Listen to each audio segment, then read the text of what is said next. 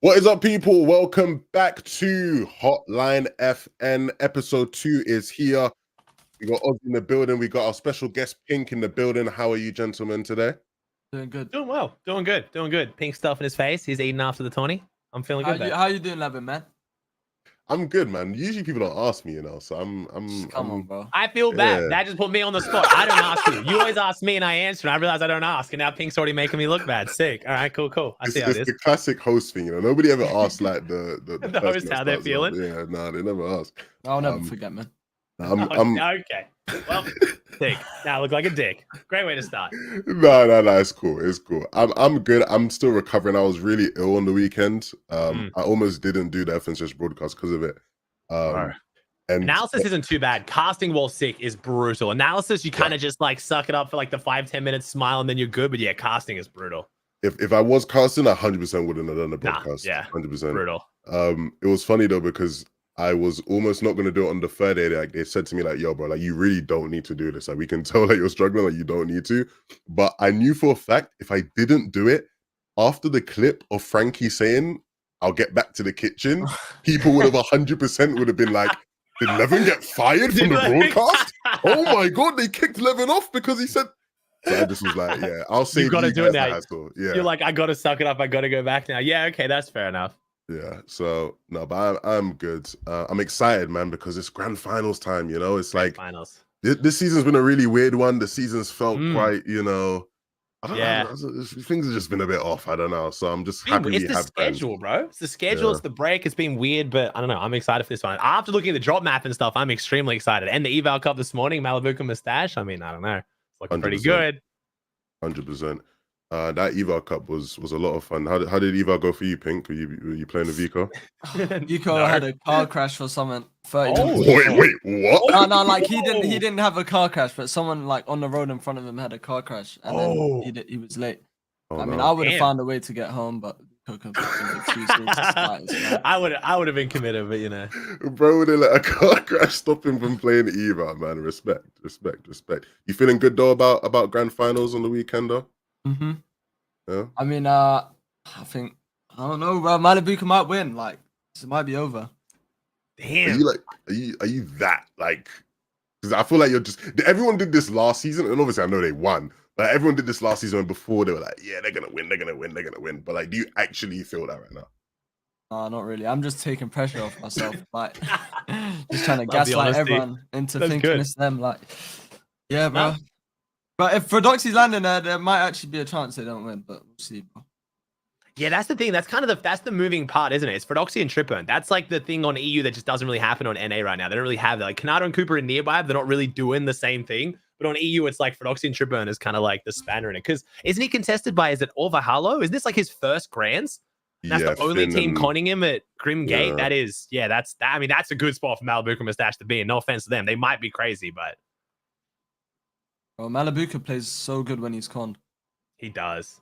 Like you can beat him in equal score, but then like the 3 games or 4 games he survives, he always like top 5s with some. That was against you, wasn't it? That was you and Anas at Covert or whatever, right? Yeah, that wasn't you. No, I'm remembering wrong. It was. I don't know why.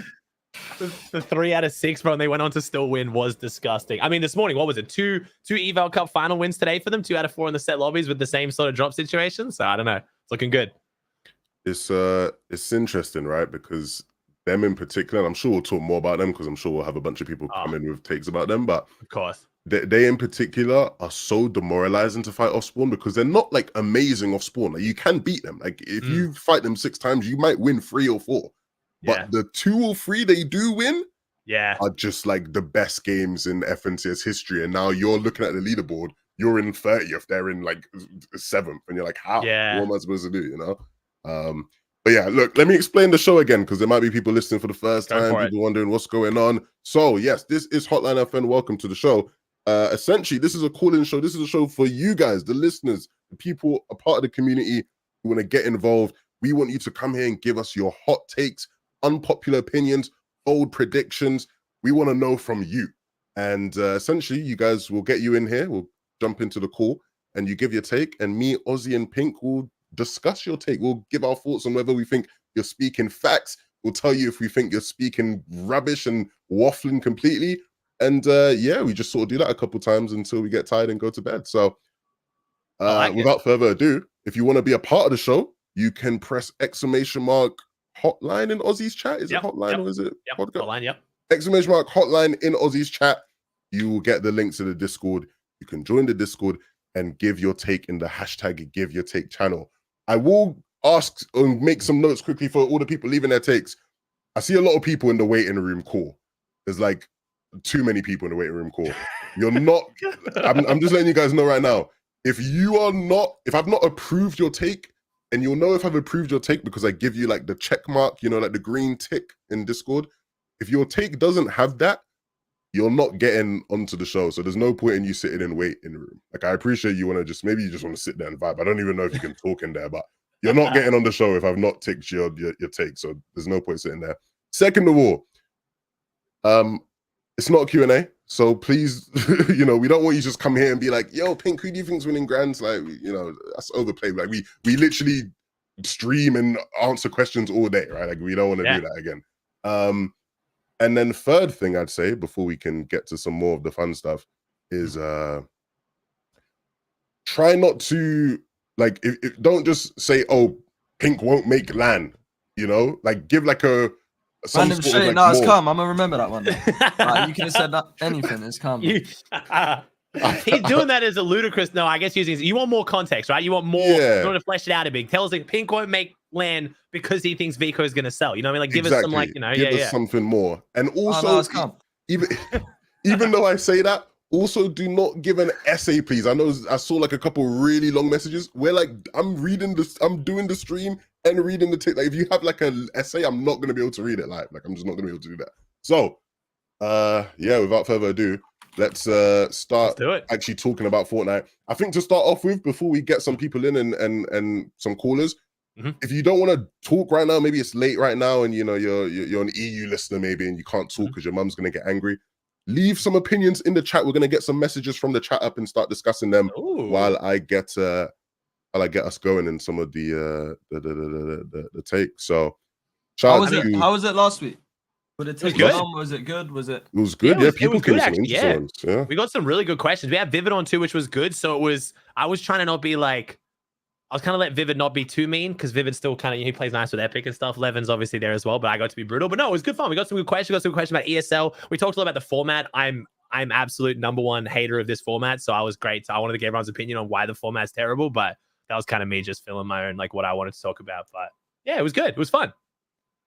Once we get the questions rolling, we get rolling. I think for the next one, we're going to try and line someone up. I'll talk to Levin about. We're going to line someone up to like sit in the wings to kind of get the questions in, so Levin's not trying to like do both at the same time. We'll get someone lined up for that one as well. It's hard because we'll talk about it, but we've got experience with that. But let's start going. I saw some messages I wanted to get up in chat that I thought would be good. We could start with the classic. Enrique's one. Which contested team on NRE do you think is going to do best? Like, that's just like a nice icebreaker one. I'll let you guys go first. Is there anyone that you think contested is like your pick right now to do really well contested? Can we rule Grimgate out of that one? Can we just take that one out? Because that's such a boring one. Like, yeah, I was gonna answer Malibuca, but that's what I mean. Outside of Malibuca, who's a team con that we think is actually going to potentially do well? It's so tough. I'm gonna let Levin start, bro. Before I go, I would just say, so it's weird because it's like, I've seen a lot of people saying this in the com recently. It was a really good question from someone from an outside perspective where they were just like, I don't understand, why is it beneficial when some teams get contested and not beneficial when others do? And I think sometimes people struggle to understand like the difference between the two. So a lot of the times, right, when you're like contested, you can be contested like a full 50-50 contested, right? Where like you're both like the spot you're trying to land at, it's just two teams flying in, you're both trying to land on like the exact same chest or the exact same weapon spawn. And it's like the first to get it basically wins that POI because you get the weapon, you get the loot, you kill the other team nice and easy. And then there's like some times when you're contested where you're like contesting two different sides of a POI. So one team's taking one side, another team's taking another side. And sometimes you have better loot, and so then you have a bit more time to loot up, fight, blah, blah, blah, go from there. For example, Grimgate, a lot of the time is very 50-50 in that sense, right? You know, so a lot of the times it's like whoever's outdropping who's the one that's winning. Spots like fencing that are contested this season, right? And we saw that last season with where a lot of winners came out of fencing, even though it was contested. That was another one where like a lot of the teams were contesting, but they weren't just like full fighting straight away, right? It's like you're both landing at that spot, you loot up a bit, maybe you fight, maybe you don't. So instantly, the first one that comes to mind for me in EU is just like fencing again, right? Tayson and Veno landing north side, Snazy and Portishead south side. I don't expect. But that's not contesting. Like that's just not. It's not. Again, it's not, right? You can't count that as contesting. Like But, they might okay, fight so you're talking game. like 50-50s, like full 50-50s. Fighting off spawn. But like let's be real, Pink. If you were dropping fencing fields and you don't do well this grand, you're 100% putting it down because you're contested, right? Like they're contested. No, really? They're not. If anything, their situation helps them. They got a shit team on the other side. Wait, can I swear on this? Can I swear on this? Yeah, go for it. Yeah, please do. Yeah. Oh my bad. Not shit team, but it's like in terms of confidence, they've been dicking them down the whole season. So like, if they were to fight them, they'd be scared of them. And it's just a team that's right next to them, and they have more loot than them. I think it's better for them. It's better that they're con there than uncon. So it's not an excuse. You think they're going to do better or con? Yeah, see, I was going to say Acorn and Cold. Acorn and Cold was going to be my pick in this. Their fencing field, similar situation. NA, it's Acorn and Cold, Muzz Paper, and Yasir and Krizux.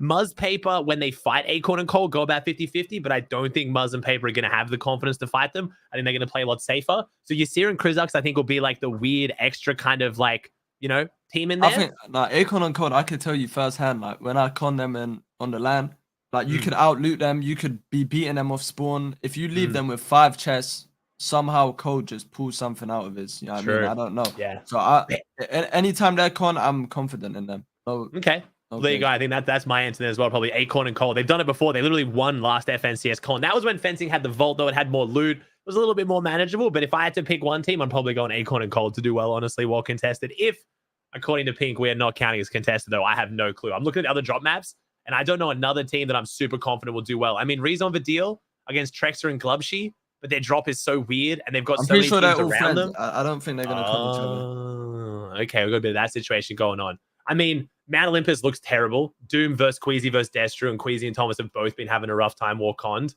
I mean, Marius again over at Underworld. You've got Kilba versus Marius and Turtle, 3 teams. Like, all the spawn fights on EU and NA all look griefed as. I'm not going to lie. Like, usually there's one where I think someone's going to dominate. I don't actually know. Yeah. We'll have to see. That's interesting, though, because you've had... So, I'm going to ask you a question now randomly while Levin gets another question in here. Out of every team you've ever versed off spawn, who do you think has been the hardest to verse? Whether it be because, like, Malibuca Mustache, they make it away and they do well. Like, I'm going to say, who's better at fighting off spawn or who's better at outplacing or, like... Let's do both. Let's do 2 different categories. Best one, like, the worst one to fight? To be fair, Acorn and Cold versus Malibuca Mustache, I think they're, like, a very similar team. Like, they're very good off spawn, but they're not like one of the best or anything. Like, they're definitely good off spawn.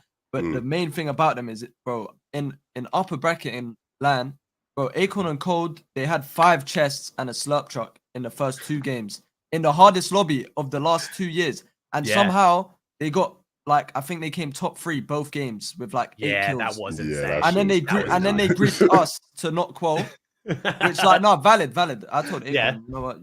Yeah, fair. But between them two, it's so close. They're like, I'd say better fighting off spawn. I'd say it's Malibuca. Out like placing, bro. It could be both of them. I got shocked by both of them. Like Malibuca and Merstach, so many times they'd like slip out with 1 med kit and a gun and a reboot card. That's it, and you just get fucking a win with 10 kills. I don't get it. Yeah, I don't know, bro. They're good at winning with scraps. Okay, I mean, because you've got some good ones. That's good. That's 2 good answers. Okay, Malibuca Mustache and Acorn Cold. All right. Well, we got our first call already, so we're gonna get this person in. They're gonna give us a tip. We'll talk about it, and I'll start getting some more people lined up. Why is Pink laughing? Do we know who this is? Does Pink know who this is? Why is Pink laughing? No, I just see in your chat. He just cons big names because he fell off now. He got motion. Any uncons? Nice. Hell yeah. That's one of my views, bro. Let's go, Hassan. W take. I like that. Best take of the day so far.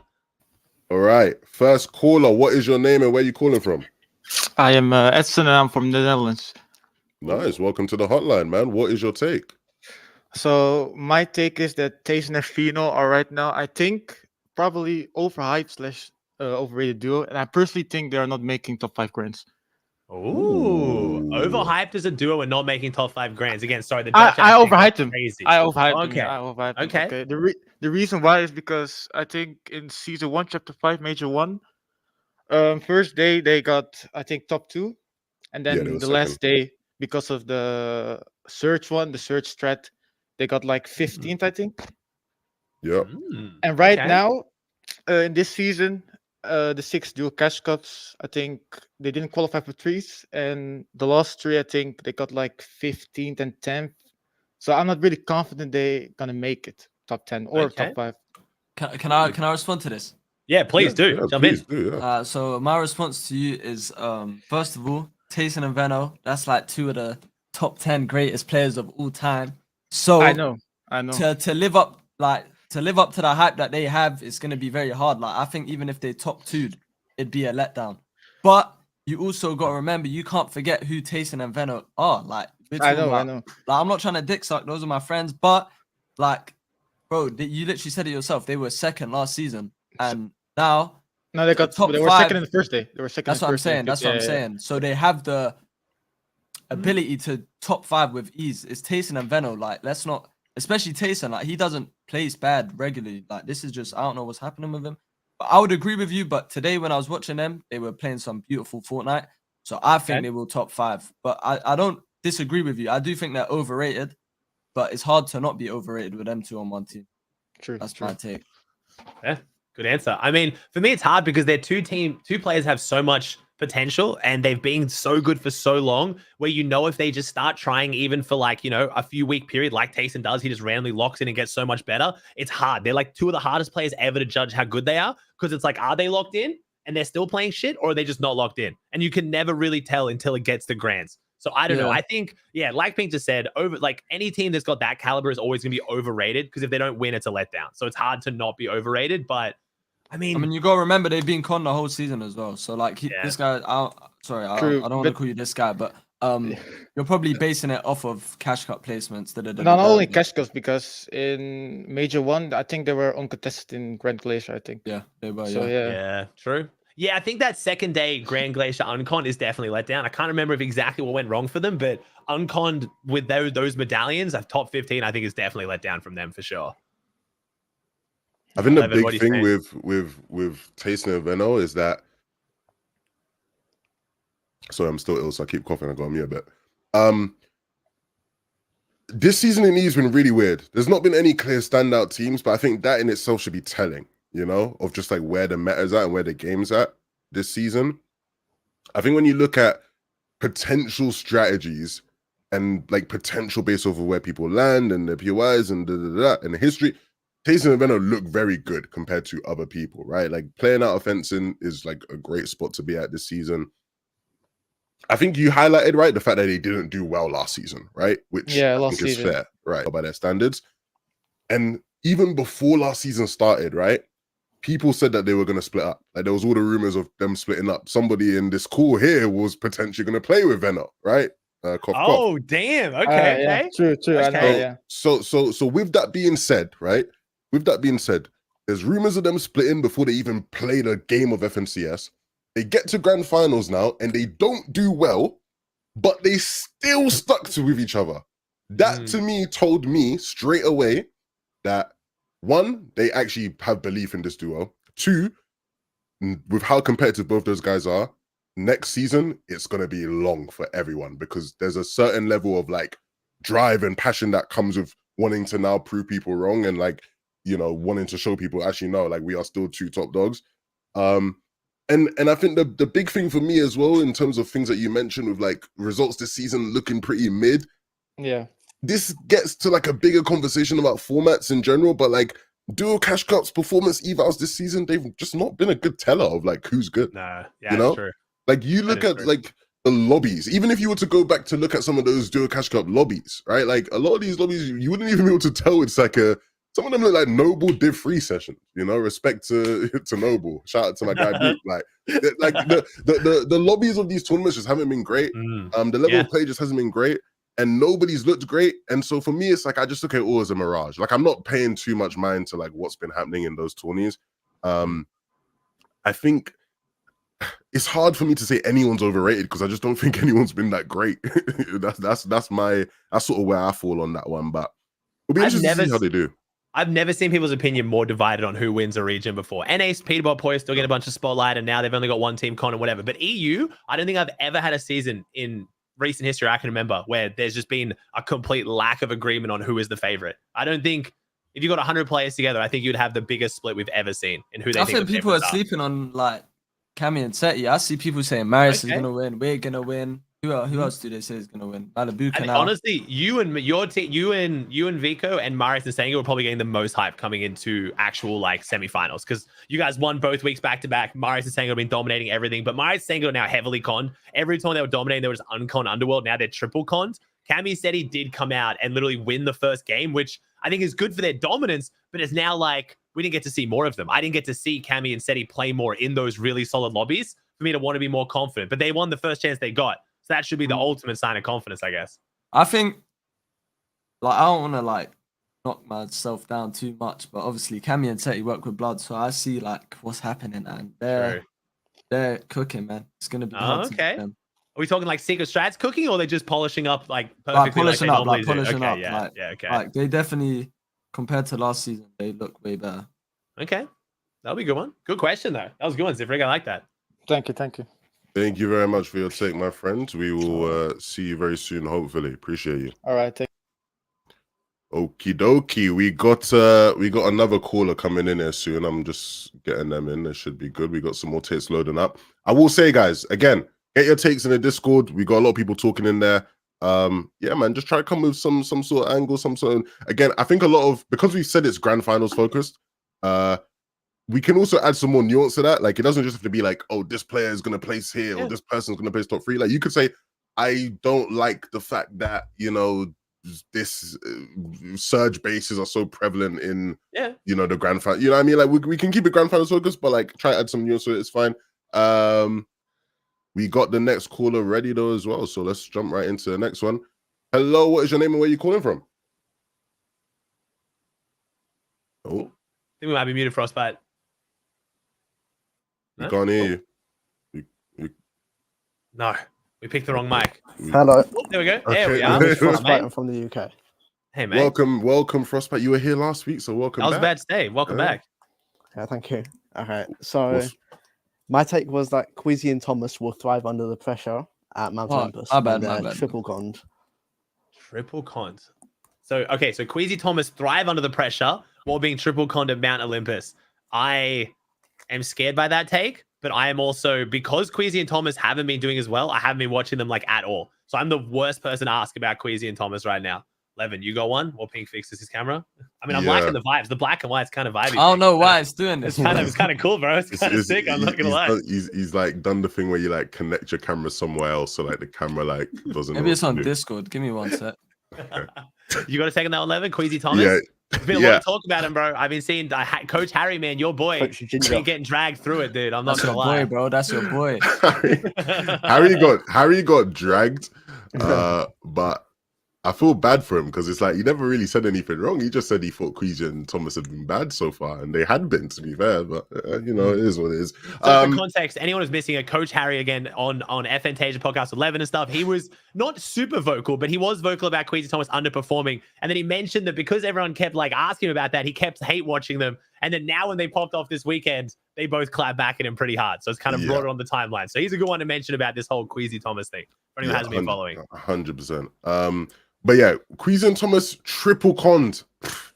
You think that they'll thrive under the pressure? I mean, I think it's an interesting one because I think in the past Thomas has obviously like dealt with being conned before, right? I can't remember how much Queasy's like been contested off spawn and FNCSs, but it's one of those things where one of the main struggles they've had has just been like unpredictability of this season, right? Like this season, there's been non-stop like tournaments where they've not had a lobby that they could prepare for, right? Whereas now, this week, they're gonna have this whole week to prepare and they know they're triple contested. There's no like going into it and they're like, we don't know what's gonna happen. Like I remember during semis, it was like one game uncontested, next game double contested, next game quadruple contested. Like they didn't know what they were dealing with lobby to lobby. Whereas hopefully now that they know they're triple con, they can go into that mentally with like a much clearer mind of we know we're triple cons, how do we go about that? When you look at the actual teams triple contesting them, I don't know too much about them. I know like the Greek team, like people have been saying that they're kind of cracked. I don't know if that's true. I don't know if that's one of those. I mean, if you got a qual EU grands on like 60 ping, I got to say you're doing pretty damn well. I'm not going to lie. There's not many high ping demons on EU. 100%. I saw at the start of the season they were contested by the Spanish team, but they got removed from upper bracket. Yeah. So I feel like Queasy might just play with like a fearlessness, or maybe like day 2 he'll just start running at people. And obviously it could go bad. I think that'll be Thomas especially as well. I'm not going to lie. I feel like they got to be like. I think they'll leave nothing out there kind of approach. I think they're going for land qual or nothing. I'm not going to lie. After last season with Thomas, like 1 point difference, like all the frustration and stuff, I feel like they would just be going out there, leaving nothing on the line. So I think we could see them do really well or really bad is my take. Yeah. I don't think it might be a pressure thing. I think it'll just be how Fortnite breaks down. With the preparing for the triple con though, 11, I understand, like with no scrims on, no cash clubs, like I guess it's just pure VOD work and like maybe practicing some off drops against like other pros and stuff. But I don't even know how do you prepare right now? Like there's nothing going on. Oh, they're already quad land. Sorry, you're right. I forgot they're already quad land. Yeah, they came so, yeah, they'll probably just leave nothing out there. They'll just go full ham, right? Like I guess they'll just be like, what's there to lose? Yeah, and I think that helps you, right? Like going into that situation because it's like you already have like we already know like Queasy's the type of guy to just sort of be like, well, like why would you con me? One, I'm already qualified for globals. 2, like I got money, you don't. Like, what are you thinking? You know, like we already know Queasy can play that card. Yeah. And on top of that, it's like a lot of what we saw with a lot of the contention, at least during semifinals, was like people sort of land there and they like dip with like the couple of chests that they have. So I'd be interested to see like if they have anything cooked there in that regard. But I think for the most part, it's not. I don't want to say it's good for them because it's not good being triple conned. Yeah. But I think now there's a level of like pressure just gone completely because nobody's really expecting much out of a team that's triple conned, and so. You know, they've already had a bit of a down season and they know that and they know people just sort of like are saying whatever about them.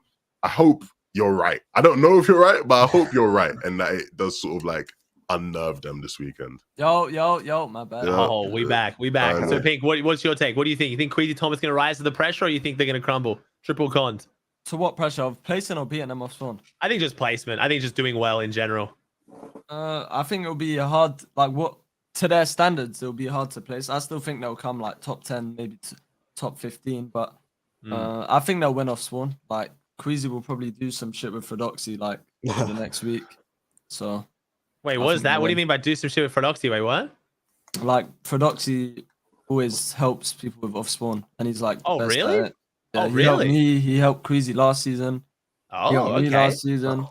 Really I didn't know that. That's interesting. I mean, their situation right now with Grim Gate looks insane. Like the fact of what they've been doing over there, like walking out of like with the medallion more often than teams at Grim Gate. I didn't know that was like what Frodoxy was known for, though. That's sick. Yeah, smart. Cool. Good question, Frostbite. Then we're muted again. Can I raise one here, which I want to hear Pink's take on while we get the next one in 11, if that's all good? Yeah, we got the Pink, next one coming. You as a player, what type of surge strategy do you prefer? The surge basing or like actually fighting or like do you like this current surge meta? Is there a surge meta you've thought in the past that was the most fun to play? Like what is your stance on like the way surge has progressed within Fortnite? My favorite surge meta was no scopes, hammer AR. That was my favorite. The season where I came 5th with NS, that was the best surge meta. It was like pure aim. I feel like scopes, don't get me wrong, it's like a nice addition, but I mean, I don't mind it. Like me personally, I've just learned to shut my mouth and just adapt because Fortnite don't really care about us anyways. Like that's mentality. I just shut my mouth, don't cry, get my money on. You know what I mean? That's what I really do. But that's fair. If I was to pick an ideal one, it'd be the hammer season. I think that's a good one. Yeah. Did you guys like last season's? Where it was I did not. That one I gotta give props to because even if last season was good. Even when you were conned, it's like a lot of uncon teams struggled. So being conned last season was a huge advantage. That's why on EU, 4 out of the top 5 duos were all conned. Yeah, that's true. That's a good take. Yeah, last season was good because last season was what? It was no hit scan weapons, obviously. So you're not just like getting 500 surge across the map on a hill, but there was no scopes as well. So yeah, it was much kind of like close to mid-range surge. That might be the best one now that I think about it. No, and having grapples to be able to like get about like easier as well, like mobility to move around as well to make more of those close engagements happen. Like last surge meta was much more of like the fighters meta, which is why like guys like Clicks and Marius and these guys like popped off more. And I like that because I like those types of players doing better. I don't know. I just, general, like, I like those types of players like doing better. So I thought that meta was good. Well, we watch. It's more fun to watch that kind of meta. Like, it's way more exciting. And having, like you said, the 4 out of 5 teams being con was sick for storylines. It wasn't just like people's tournaments were written off before they started. Like Ping just mentioned, Queasy Thomas, if they do a top 10, that'll be a good performance for them, which is insane because they're such good players. But that's just how it works this season, war con.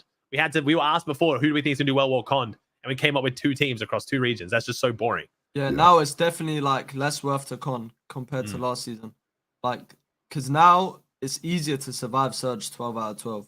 So, like, uncon teams will thrive, but yeah, that's it. Yeah, 100%. All right, let's get that next caller in. This Sandu is just full hating on you. I love it. It's so great, bro. He's probably top 5 funniest viewers. That's what great. I love it. Yeah. Cool. All right. Next caller, my bad. Hello. New caller. What is your name and where are you calling from? I'm Luke Tatt and I'm calling from the UK. Hey, welcome. Hello, UK guys. All the Europeans, bro. I saw we've had one NA caller, and this is like the last crack of dawn for you guys. It's so late. I love it, though. I promise this is not intentional. I don't know whether they're EU and NA before they join. Nah, Levin's EU bias is even coming out in the call. It's all good. It's all good. It's fine. All right, Luke, what's your take, my friend? It is that Merstach and Malibuca will dominate EU more than Peterbot and Poya will in NA. We knew this was going to come out. We knew there was going to be a question about Grimgate, right? Like, it was just going to have to be. Yeah. I mean, I'll jump on that one only from the NA perspective. I mean, NA was supposed to be quadruple con Peterbot. If you guys haven't seen it, NA is crazy. The storylines last few days, 2 of the 4... Wait, is it 2 of the 4 teams got DQ'd? It wasn't. I know Dragon got DQ'd, and something happened to another team as well. But Peterbot's back now to being solo conned, I'm pretty sure. So I don't know how that'll go. Yeah, 2 of the 4 got banned or DQ'd, which is just crazy movement by Peterbot. If my man's got any play in that, that's insane. I don't know. I feel like NA doesn't have the Fredoxy Trip Earn. That's what I'm thinking. Day 2, Fredoxy and Trip Earn can get absolutely wicked and put so much pressure on Grimgate if they want to. NA doesn't have that threat. Kanata Cooper might, and I keep saying I want them to, but I don't think they actually will. So I feel like Peterbot and Poyo have got the more consistency where day 1 maybe won't go as well as Merstach and Malibuca, but my take is they will have a more consistent day 2 compared to day 1. NA is shit scared of Peterbot and has been all season. Everyone knows it. And I think that will even continue into a day 2 with this much on the line more than it will on EU. So I don't know if either of them are going to have a straight win like a lot of people have been expecting. Maybe they will, but that's my take. I think EU will grief a lot harder on day 2 than NA will. I'm with you on that one. I really think like when now like Finn and Navarro were added to the map, right, saying that they are conning Malibuca and Merstach, but before they got added, right, and it just said on like the map that Malibuca and Merstach were uncon, a lot of people were just like, yeah, it's done, they're winning. And I was just sat there like, there's no way that these guys are just gonna stay uncon. It's just not happening, right? Like there's so many, like we've sat here the whole season. We literally talked about this last time, Ozzy, where it's like we are all looking and have been looking at Peterbot and Poyo this season and going, there's no way they are uncon, and justifying it by going, look what happens on EU, right? So it's how are we now at grand finals and people are going, yeah, Malibuca and Merstach will just stay uncon? No, it's just flipped. It just completely flipped as well. Like it's crazy to me. But Fred's landing on Peterbot now. Fred's landing on Peterbot? Yeah, he tweeted like an hour ago.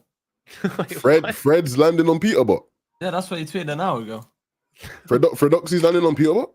Oh, I'm fucking Malibuca. Dude, I'm like, homie, what are we doing? I thought it was some crazy thing you're working. I thought he was like, he had some like crazy like NA. He reached out to a team, was like, I'm gonna coach you to shit on Peterbot. Like there was some beef breaking out. Okay, Malibuca, what you think? He's just fucking Malibuca, bro. He's straight landing on him? It's midnight, bro. No, you're good. You're good. Wait, like he's tweeted out he's actually going Grimgate, not like landing outside and rotating in, like actually going. I mean, I don't know what he's doing, but he. Do we believe that? Of Grim. Yeah, I believe it. Damn, well, you just said he is like the off-spawn fighter, right? So if anyone's gonna do it and still succeed, I mean, it would be a good fight. I don't know what they're gonna do, like if they're gonna land on the top. I have no clue, but I mean, he's saying he's going there. I think I don't know. I think you got it all wrong. But it was his name, Luke. Yeah. I don't think either of them are gonna dominate. Like I think they both should win. Like Peterbot 100% should win, especially the way all of NA have like conditioned themselves like around him, and they're all scared of him. I don't get it. Like you're all grown men playing. Like come on, man, grow up. Like oh no, it's Peterbot. Fucking fight back, bro. What am I watching every week? Come on, man. But I think Pete should win, but I don't think he'll like dominate like how people are thinking he's gonna get 10 kill win, 10 kill win, 10 kill. I don't think, and I think Malibuca might win, but he's not gonna win by far. Okay. And I mean, the fact that Malibuca and Merstach already have the qual as well. So like, there's just, would you rather go into their position, being already qualled, playing for it? Obviously, you'd already be qualified, but do you think that makes them play better or worse? Do you think that makes them more complacent? Does it make them hungrier? Can they play with more risk, which is better? Like, if you went into that situation, Pink, would you think you're going to perform better in that one tournament if you were already qualled versus not qualled? If you're already qualled, yeah, you have so much like leverage. But the thing is, going back to back is, I mean, I wouldn't know. I haven't won one. But going back to back is very hard. I think Tayson's the only one to do on EU. Yeah. So, I don't know. Like, maybe the preparation is more, like, it'll be worse if you're already qualled. But playing on the day will be better if you're qualled. Okay. I mean, Feroxy did just tweet out, by the way, 13 minutes ago, 2v2 off-spawn Grim mutuals. So, I mean, we might be loading it up. Yeah, and I mean, I was talking to Tripone in my chat last week, him saying how bad their loot actually is on that split. Like, I was like, you guys got a crazy split. You guys are playing so well. He's like, yeah, we're playing well, but the split's ass. It's like, there's no loot here. So I know he's not happy with the amount of loot they're getting anyway. So I could actually see that happen, which would be disgusting. What do we know about, is it Orvahalo? I don't know how to say his name properly, but is he good? It's like his first grands, right? And he's just kind of in there now. Finn and the guy playing with Finn, the team contesting them. It's AUVAH. Yeah, Finn and Orvahalo. I mean, you haven't even heard of him, so that's not a good sign. Yeah, I'm not even trying to be weird.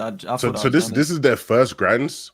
Wow. I don't know much about them, right? Like I'll just keep it real. I don't know much about them, so that's scary sometimes though, because I feel like teams who are new to grands play weird. You know what I mean? They play differently. He might just take some loot and run. He might like hold it down for way longer than he should. Like, I don't know. It might not be as good, but I feel like at that drop spell like that with the dashing, you can get really annoying. Like, you can just mosquito that shit. Fly in, fly out, damage, run, take loot, run, come back, camp, run. Like, I don't know. We'll see. That kind of scares me even more for Malibuca Merstach, though. They're from Denmark. Danish OG goats. I mean, Danish got something different, bro. The Danes are different, bro. The grand. Okay. I'm connecting all the dots right now. Wow. It's all making sense. Oh, no. Okay, so a team that Feroxy and Tripone are clearly very good friends with, or very close with in some way. Oh, no. Well, Malibuca Merstach have already qualled, so. Can't lie, I've already figured everything out, but it's just, I'm not going to expose Fred. What? Brother, if it's time to expose, it's time to expose, bro. Right, let me think. Like, okay, only Orvahalo is Danish. Okay, so, yeah, but still, Fred knows him. No, like, I can't. No, like, if I say this, I'll ruin his grand. So I'm gonna just keep. I can't. That's my guy, bro. I think I'm not 100%, but I think I figured it out. Like, if you have half a brain, you could probably figure it out. That's your guy. But when next time when you have the god POI, he's gonna be conning you, innit? Let's just. You know what I'm saying he's your guy now. That's all I'm saying. But I don't think Pink goes god POIs, do you, Pink? Like, you're not really. You've been getting conned on, like, you go like good drops, but not like the best drops, right? He's a scaredy cat. You don't want to land no good POI. Llama season though. It's calm. Yeah, but you like land it like you. But you. Right, no, but it's calm though. No, it's calm. But it's calm though. But yeah, let's move on. Next question. Next question. Thank you very much for the call though, Luke. Appreciate it. Thank you. Thank you, Luke. We're gonna get the next one right in here as well. What is your name and where are you calling from? My name is Jax. I'm from Cali. Let's go. One of the NA boys. What's up, homie? My question is there a certain team that it feels like this is their last chance to win an FNCS together? Oh, I mean, I think it'll be a good one. Not even win FNCS. Is this like some people's like last dance? I mean, Clicks Whale, maybe? Are we thinking? Like, I don't know. I mean, but they got Blood X. Blood X like makes his, like, he creates so much like chemistry and like loyalty between his players. So maybe not. I don't know. Does anyone come to mind for you guys? I actually don't have a good one. Instantly, based off of the conversation we had earlier, Tace and Venner. If they were to have two bad grands back to back, like, there's just no way they stick together, right? I don't know. That's a good one. What are you thinking, Pink? Pink knows. He's being quiet. I don't know. He already knows. I was just saying, there's no way out of everyone you pick Clicks and Epic. That's crazy. No, that's what I think. So they came to mine first, but then they came fourth, and everyone was like shit talking that like it was a terrible placement when it was actually like still really good. Whale's best performance on Central. Clicks is like tied best performance in a while, but no, I don't know. I can't think of anyone other than Taste and Venno. That's a good one. I mean, I would have said Money and Fanayan, but I think that's happened now. Yeah, those guys needed to split. time ago. Wait, did they say to win at FNCS or to who's more likely to split? What was the question? It was just like teams who are like it's their like last dance almost. You know, it's like this has to be the one, or it's like they're most likely just gonna split. Yeah, maybe Taste and Venner, I guess. In your, I was gonna say though, Pink, in your situation, like if you put yourself in like their shoes, like what is your like mentality of that? Like if let's say they have another bad Grands, which I don't think they will, because I think most people think that they're gonna do well this season, their favorites, whatever. Well, if I'm Tasting a Venom and we have a bad Grands, yeah. I would probably split, yeah.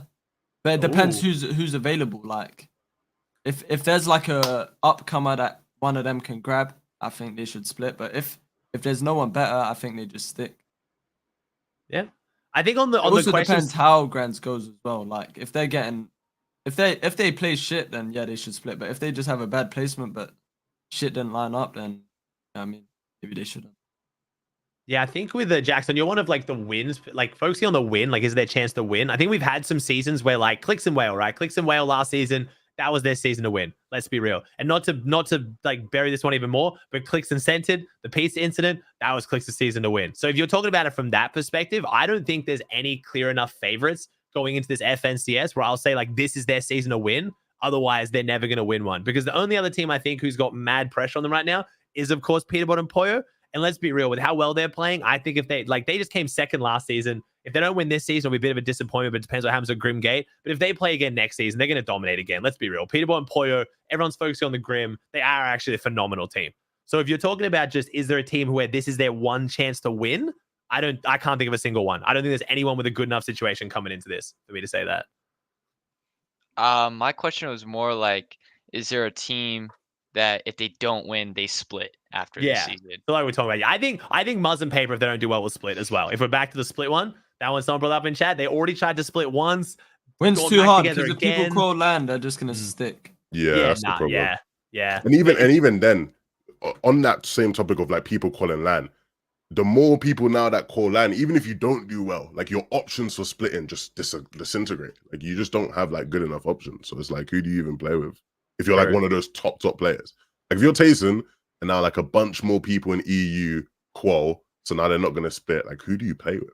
Like, yeah, it makes it hard. Reet and Ritual, that's a good one, because Reet and Ritual, like Ritual's tried to drop Reet twice, and I'm surprised Reet has had the loyalty or like, I don't know, the maturity. It's not loyalty. Like, it's not loyalty. It's he just knows that Ritual is crazy. Yeah, true. If he had an option, disgusting. If he genuinely had an option to play with someone else, and he didn't pick that over Ritual, he's just a dickhead. I mean, but he respects Ritual like crazy. Like he is like, Ritual is the truth. Like Reet genuinely gasses Ritual harder than anyone. So I don't know whether he actually is just genuinely like, I don't know. Yeah, it'll be an interesting one to see. It's a good question though, Zach. Jack, sorry. Thank you. Thank you very much, Jax. Take care. Okie dokie. Let's keep rolling. Hello, next caller. What is your name and where are you calling from? My name is Zachy. I'm calling from Minneapolis, Minnesota. That's like your accent is hectic. I'm not gonna lie. That is from Somalia. Accent. Yeah, I'm Somali. How do you know? Damn, Pink. I know every like Somali, that. Bro. I know every. Whether it's my Uber driver, whether his name's Zachy in a Discord call, I just read them, bro, like a book. Oh man, Zachy, what's your take, brother? So my take is that Baka and Pars, they're gonna be Peters like kryptonite when Grants come. Okay, tell us why. Why do you think that? Because I was tuned into Aussie's stream for like the first day of uppers, right?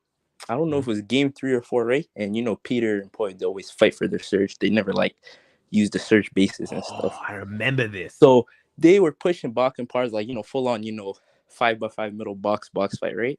And then like it dragged on for like a while. And then I think like they slipped up, like the team from Restored sent like some lightning bolts or something, and then like it completely switched. It was like Baka and Pars trying to chase them down. Like they're the ones that started WKing them.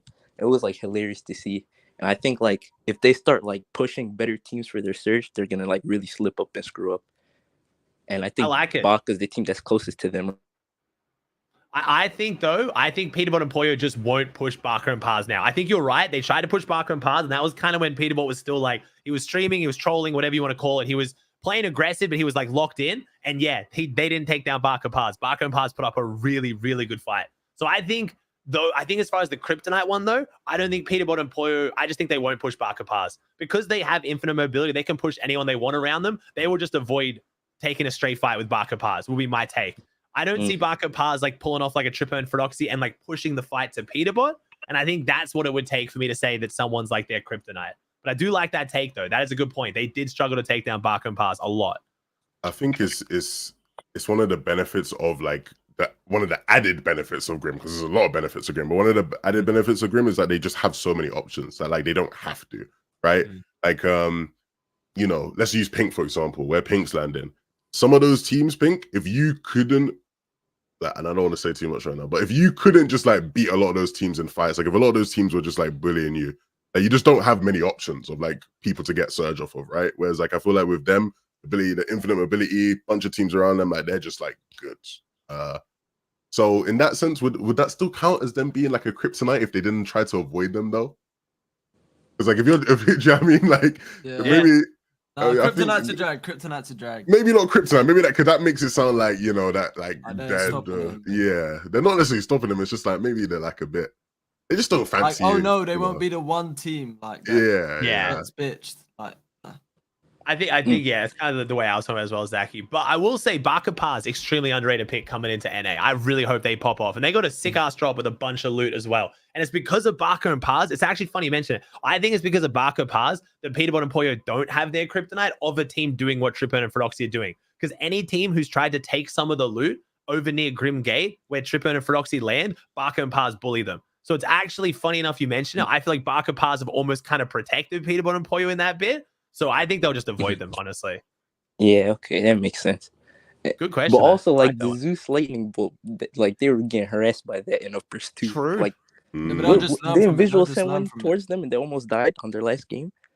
That was Visuals off rip. Yeah, that was hilarious. Visuals literally grabbed light. I don't know if you guys saw that. Peterbot and Poyo, the game they qualled on, Visuals got Lightning Bolt first on the split to like the northeast of Grimgate and literally hucked the Lightning Bolt and almost killed both of them off spawn. And they wouldn't have won and wouldn't have qualled. That was, it like was so close. But I don't know. Like Pink just said, I feel like the Lightning Bolt's pretty easy to counter. If Barca and Paz start trying to third party with it, they'll probably just build. Okay. Yeah, especially when you know it's coming. But no, that's interesting. I will say, like, the last thing I'll probably say on Barca and Paz is I agree with Yossi. I think they're like a really sleeper team. I low-key think they could even get like a global spot. Oh, for sure. If I think go definitely the right way for them. Definitely get a global spot. Big ups to Barca and Paz, man. Big ups to them. But yeah, thank you, Zaki, for the call. Appreciate it. Yeah, no problem. Thank you. Appreciate it. Well, I know this name. I know this face. Okay, we're gonna keep it rolling. We got a groove going there. Killing it. Hello, what is your name and where are you calling from? My name's Survival, and I'm from Cali, the great state of California. What's your take, brother? My take is Reet and Ritual are gonna dud in Grands, and Bryce X and Bolts, who land next to them, they're gonna top 3 in Qual Copenhagen. Ooh, tell us more. What makes you think this? Yeah, because you actually know. Yeah, Bolts, he plays crazy when he's playing with someone that he's not that comfortable with, and him and Bryce are a new duo, and Reet and Ritual, I think they're gonna struggle with Surge. Because they kind of did last season a little bit. And also Glacier is conned. School, Blake are conning each other. And then below them is Chimp and Navi are conned too. Yeah. True. I mean, I keep jumping on the NA take straight away. I don't know how much you guys have been following Levin and Pink as well, but I think, yeah, I mean, Bolt is on 0 Pink now as well, right, Fireball? Yeah, he is. Yeah, and he was like, I swear, Bolt's some of the most underrated mechanics, man. And then he went from being low ping to then the central move, high ping. Everyone kind of forgot that he was moving. I could see Bryce and Bolts doing extremely well. Predicting that Reet and Ritual are going to do that poorly, their draw spot situation is weird. They are one of the only teams that I think is disadvantaged by being uncon right now. Uncon Railway, but they do have a lot of teams to fight around them. Poppy Blast, Dragon, Victor V, B-Dog fighting just northwest of them. Aminished versus DK and TK versus Cease. And they got those teams you just talked about for Bryce and Bolt. I don't know, man. They got plenty of teams around them to fight. What does dud mean? Yeah, what are you calling for a dud? They're not going to get like top 5. They'll get like 7th or 6th. And the off-spawn fights on the top left, they both end pretty fast. True. Within like 30 seconds. So bro, dud 6 is crazy. Calling it 6 dud is crazy. I'm not gonna lie. But I could see Reet and Mitchell not getting top 5. Definitely. I mean, they haven't had the dominant season to kind of warrant that much confidence in a top 5. They're both phenomenal players who could top 5. They just haven't proved it yet. So yeah, I can see that. I agree. Bryce is underrated. He lands my spot, so I've voted him a bit. I think their surge plan somehow works on NA. It doesn't work on E. But when I watch them, their surge. Do you want to go into detail, or does that give away too many of your strats? What's the difference in how they play versus you play? I mean, I don't know. Reckless just gives them surge. Like they trade sometimes. But on EU, Reckless never trade. I think if Giannis and Flixie don't play nice. I think if Reet and Bryce trade, it will benefit both of them more.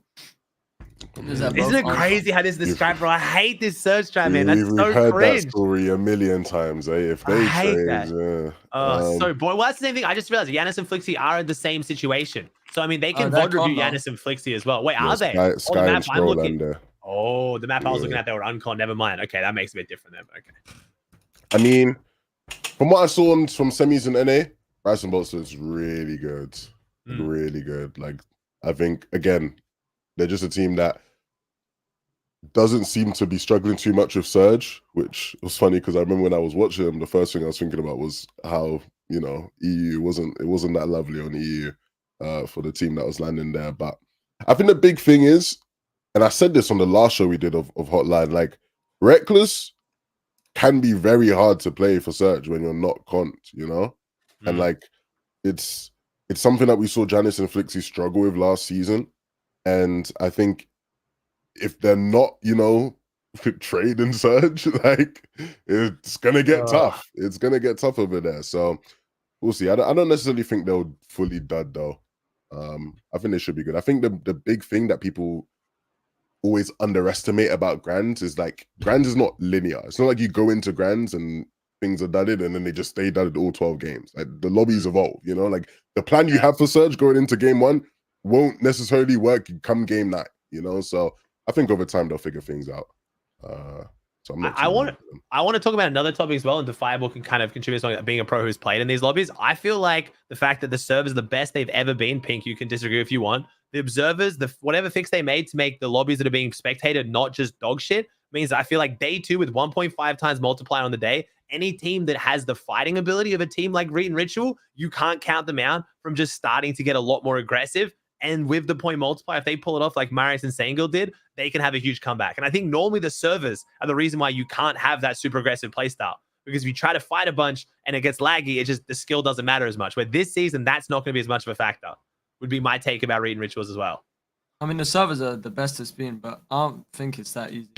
Like, it's not as simple as like, they can fight in creative, so they're gonna drop a 20 bomb.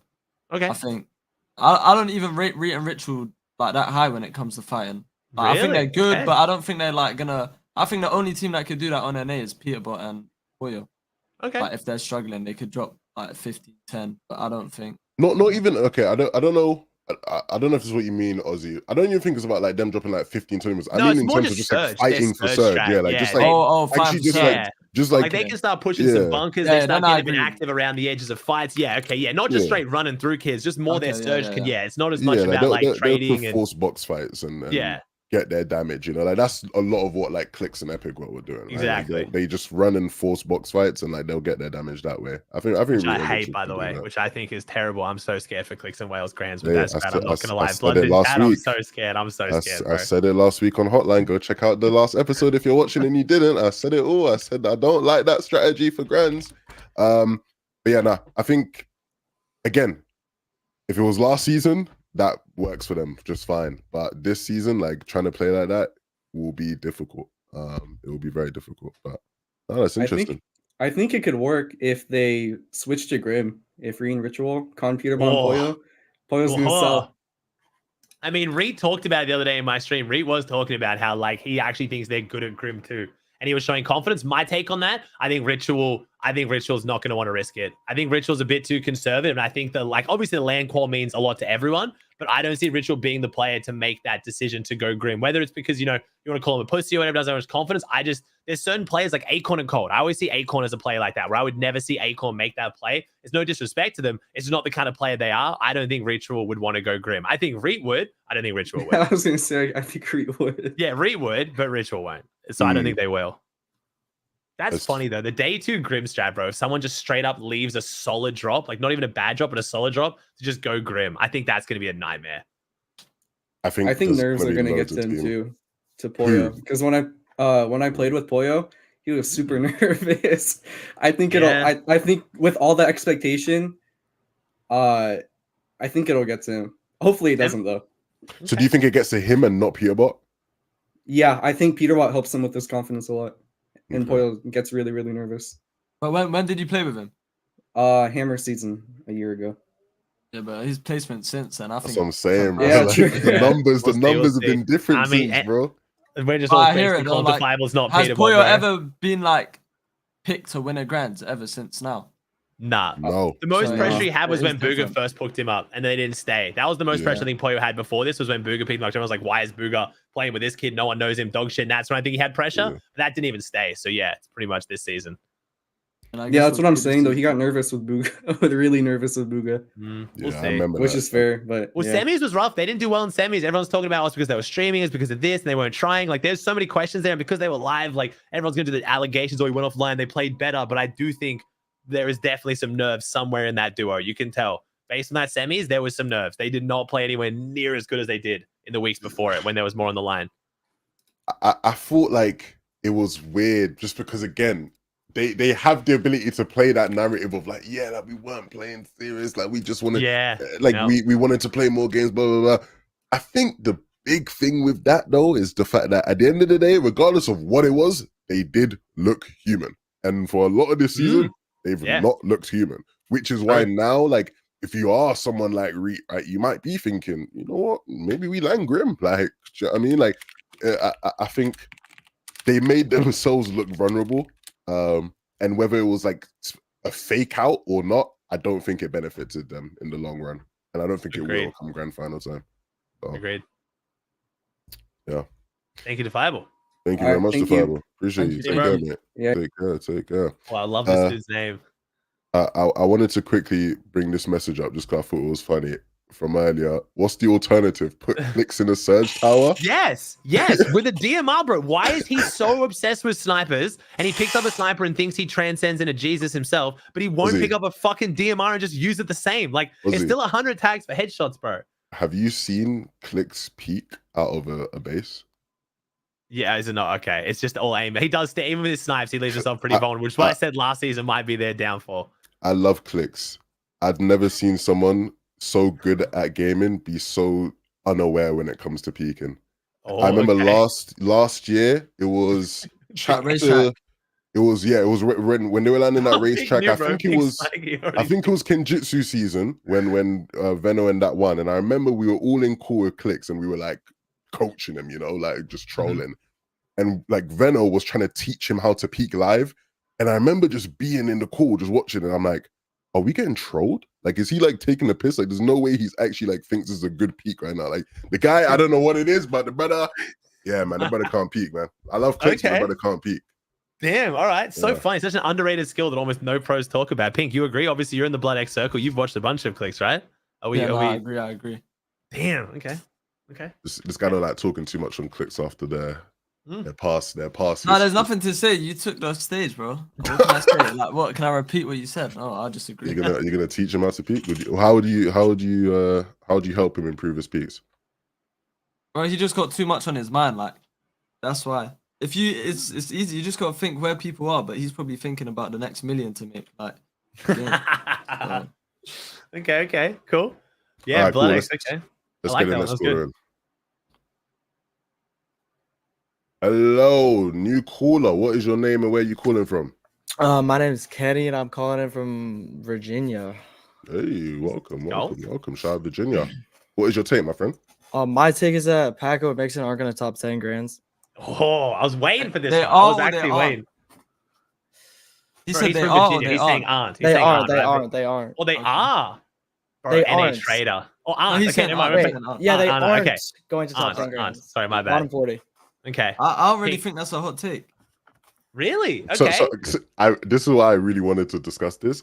I Mhm. think for people who are NA, they think this is a hot take, but Yeah, anybody EU knows this is not a hot take. It's not. Okay, let me say this. Okay, go on. Like, I like. I mean, I don't really like. I'm chill with them. Like, I don't have any problems with them. But people are really overrating Paco and is it Mixon? Yeah, Mixon. Yeah. Yeah. That's not Paco, it, Mixon. Paco and Mixon, like as if they were like some tier 1, even tier 2 team, like from EU. They weren't. They're like tier 3, I'd say. So them coming to NA, like obviously it's the hype of EU versus NA, but it's not even like our top caliber. It's not even below our top caliber. Like they're just mid players. Like even on EU, they didn't come top 10, top, like they were struggling. So for them to come NA, like if they don't come top 10, I wouldn't be surprised. Like, you know what I mean? I think they're just going there for the quote spot. I mean, Mixon and Blaha were pretty nuts though, right? No, Mixon and Blaha Like, looked really good. they had a really good season, and like at one point, like they looked like they had the potential to like sort of like move up and be better. I think I'll say Mixon was tier 2 for sure, but you know, there was a season where they were really good for sure. There was a season where they were really good. But Paco's not been like top level for a long while. So again, for like people who like knew EU, like when I saw they went, pardon me, sorry. When I saw they went, I was excited because it was like, cool, yeah, like so we got an EU team going over, that's like cool. But like I was not expecting anything too crazy because again, they've just So I'll ask you guys, if Mixon and Paco were on EU, where do you think they would place? Just to get a comparison. Grands. Okay, Pink? No, they'll call. I think they'll call grants, but like they wouldn't like. I don't know. Okay, sorry to cut you off. I don't think Paco's called grands in a long time. Maybe I'm misremembering. I can double check this. I don't think he's called grands in a while. Because I want to hear your take, Pink, on like the difference then. So you think they'd make grands, but they wouldn't do well in grands, and you think they're in the same situation with NA? I'm just trying to gauge like where you put an NA lobby at in comparison to an EU lobby. I know I'm putting you on the spot, and that's like the one you get asked. I mean, a lot, NA and like... EU, I'd say top pros are very similar. I'd say there's more EU, like there's more pros on EU because obviously more players. But the top pros, like they are. It's not like one's clear or the other. I think it's very close. But lobbies in general, like grands to grands, EU's definitely harder because there's more better players. Yeah, I think the same thing. I think like the standout top 3, top 5 pros on each region could do really well at LAN, which we've seen. But then I think the 50th best team on EU is considerably better than the 50th best team on NA. It's kind of like where I always stand on that one. So, okay, so not a hot take that Mixon and Paco won't do well. I mean, they made it to grands calling 25th in upper bracket on a tie break for 1.1 average placement. Like it was not a comfortable placement, and they had their drop uncon. They had the Cami Seti split uncon, which in the hands of Cami and Seti on EU, they won first game of uppers with what was it, like 10 or 11 kills, I think, wasn't I think so. It was a very not dominant qualification. So I don't have extremely high hopes of them going into it, but I just know that like if they do even decently well, the EU fanboys are going to be like, oh my god, NA is so easy, EU's crazy. And then if they don't do well now, it's going to come back to this. Oh, they're not EU's best team. It doesn't matter. So it's like, it's not doing much. I feel like the conversation's boring now. I want it to be a team where EU has to be like, this is one of our teams. 100% yes. If they do well, we are 100% claiming them. Yes, we will. If they do well, we are. That's rightfully so. If they were good on EU and they're doing good on NA, you know how much of a bad look there is. Yeah, of course. But coming back to EU versus NA, I'll put my whole life and everything I own on the line that the way Peterbot and Poyo treat NA as absolute dickheads, that would never happen on EU ever. Like Veno and Queasy were kind of like what Peterbot and Poyo are now, but they would never ever be able to like just run through a lobby like they do on NA. No, they weren't even like that though. Yeah, they weren't even like Queasy and Veno, bro. So I don't think it's comparable. I don't think we've ever seen anything like this at top level of EU. The last time we had anything like this would be like MMB, bro. Like, and that's even in grands they didn't let him. Even in grands, and in grands, people in still grands, want. They had a mech to bring in, but still, I know what you mean. Yeah, okay, cool. It's tough to compare. And for the record, I did check. The last grands Paco made in EU was Major 1 last year. So he's not made. He's not made the grands in a long time in EU. Fair. Okay. I just want to see someone go, man. I want to see an NA team go to EU or an EU team go to NA, that the whole region rallies around as like a top 3 from their region. So we get a proper indicator. You know what I mean? We still I think haven't if had me that. and Kicks played, we would have won at FNCS. I agree. I would have Like, agreed on that one, I would have Yeah. loved to see that. The way I was playing, yeah. I If wanted I went to that so NA, I genuinely believe I would have won. Hey, what about? I was watching your video. Ozzy, what about Mongrel and Savage? Maybe the boys move over. Do you think that's a crazy take from me? Do you think that's a dumb take from me? If anyone else watching at home who doesn't know, Savage at the end of his stream said, "Look, me and Mongrel's still gonna keep playing together, but I'm not that sad because we've got massive plans next season." He was like, you guys are really gonna like it. Wait till you see what we've been working on. Like, he hammed it up as something. So my take has been they're moving to NA, which I just feel like there's 10 qual spots for LAN. Again, I know Mongrel LAN, people are like, that's crazy. But I think if Savage keeps saying he wants to make LAN, but the content numbers, bro, like any cost of them going is completely equal. Like, they're going to make so much off that content and it'd be so much more fun for them and for audience, everything. Savage and Mongrel to NA would be one of the sickest storylines ever. And I think it makes sense. If they're already going to move in together, which is what it sounds like they're talking about, what else could they have that's big plans? If not them moving together and playing together. If you're already moving to Germany, I know it's a different continent, but we know the cost for them. They're going to make it back with content and then some. Why not? I feel like it'd be sick, right? Surely if you're Mongrel Savage, you do it. Oh, I've heard some things in the pipelines. So Ozzy. you can't talk because you might know. So you can't give anything away. I've heard some things in the pipelines, Ozzy. This guy's not heard the thing. This guy's not heard I've been keeping my ears to the streets. Okay. I've had the birdies chirping. Oh, God. I've genuinely heard things in the pipeline, though. Oh, God damn it. This is bullshit. So no one's ever say anything, bro. This sucks. I'm just just like kind of talking to I've myself. genuinely heard shit, but I don't know about Levin. We can all do that act, but it's gone. What? You just copied my act. You took my whole gimmick. I genuinely know. Okay, I will say though, I'd love to see it happen. Okay. And I think it's the best play for them to make. Okay. My only concern with it is that, like, how does the logistics of it seem like hard, like for them to be able to move it, like unless they've been planning it for a while, which maybe they have been. I wouldn't tell you. Maybe they have been, but unless they've been planning it for a while, the logistics of it. Visas are slow. They're doing what I did, obviously on a different caliber. Like I went just for content, but yeah, getting a visa to the US is not easy. They are exceptional figures where with their social media presence following, they could definitely like speed things up. And if they work with an org that was a company there, they could get it pretty quick. Like there's some things you can do. Like if the embassies aren't crazy right now, as long as you get sponsored by a company that does the paperwork for you, you can literally fly to Mexico for 5 days to an American embassy, give them your passport, do the interview, chill out by the beach for the next 5 days, get approved, and in you are. As long as you do it on the O1 visa, like the one that's for celebrities and actors and all that kind of thing, which they would qualify for. But yeah, like Pink, since you've heard stuff in the pipeline, so you can't actually say, if you were them, do you think it's a good idea? You have to say whether they actually are doing it or not. See, it depends what they want to do. Do they want to quote LAN or make money? Because if they wanted to quote LAN, I think they would be better off splitting up. Yeah. But if for the money, I'd go NA yesterday, bro. I'd go NA ASAP. Yeah. It's like just the hype of them moving alone would like boost numbers significantly if that's something they care about. And I know for a fact, like just for them personally, like the story of it. Like they've moved to another region to try and find. Like, look at the hype with Paco. Like, imagine Savage and fucking. Yeah, that's what I'm saying, it'd be bro. Crazy. It would be so nuts. mental. I think I'm just going to bed because I'm like, bro, man, the watch party. Like I'm selfish too. I want it to happen because like my shit would go crazy. All that shit would go crazy. Content numbers would be like they were last season. Like they. Let's make a deal, Ozzy. If they move to NA, you gotta buy me a Rolex. Wait, what? What? I don't. Okay, I don't know. I'm not doing that. You kidding? Why, bro? You keep thinking I got rolling money. You poker watched me the other day. Like I can just buy people Rolexes, bro. Like I'm not a whole lot in this bitch. I don't think I know. I know. I know. You're not fooling anyone, bro. Hey, next caller. Hey, thank you very much, Vix. Thank you very much, Vix. Thank you very much. I appreciate it. Appreciate you, brother. Oh, we actually let this guy back in, did we? I mean, he was good last week, actually. Never mind. We got the boy. We got the boy. Yo. Oh, God, Mike. Yo, Clutch, welcome, man. Welcome back. What's your take, brother? So my take, I mean, I thought of it because I thought we were gonna have Canada here, only player to ever make every FNCS grands, but then we're stuck with this bum.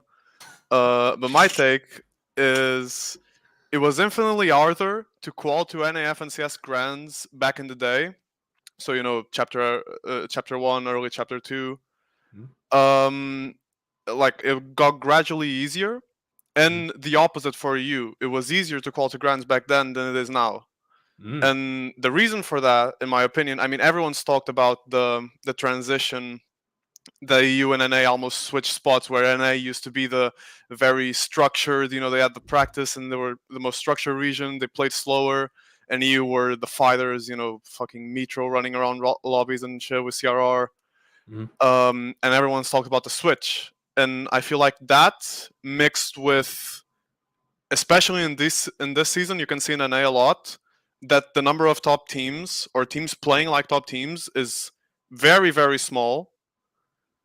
And the format on top of that is very forgiving compared to back in the day, where in NA you have, at times, you have 15 teams in a Grands that you thought could do really, really well. And the formats were ruthless as well.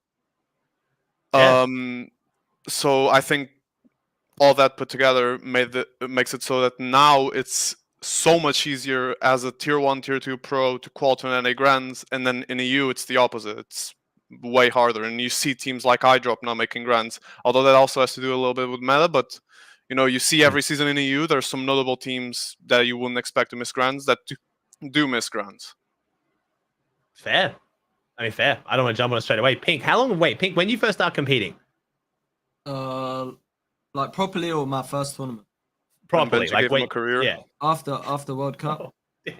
Okay, so you've been up to the start. When do you think, like, because again, Clutch, I want to like kind of pose you as a question when we got Pink here. When did you think EU became harder than NA, Pink? Or do you think EU's always been harder? So my first Grands was solos, the first solos. So after duos. Okay, so yeah, you've been around since Chapter 2 then. So that's when a lot of people would still say NA was better. Did you think EU was always better, or?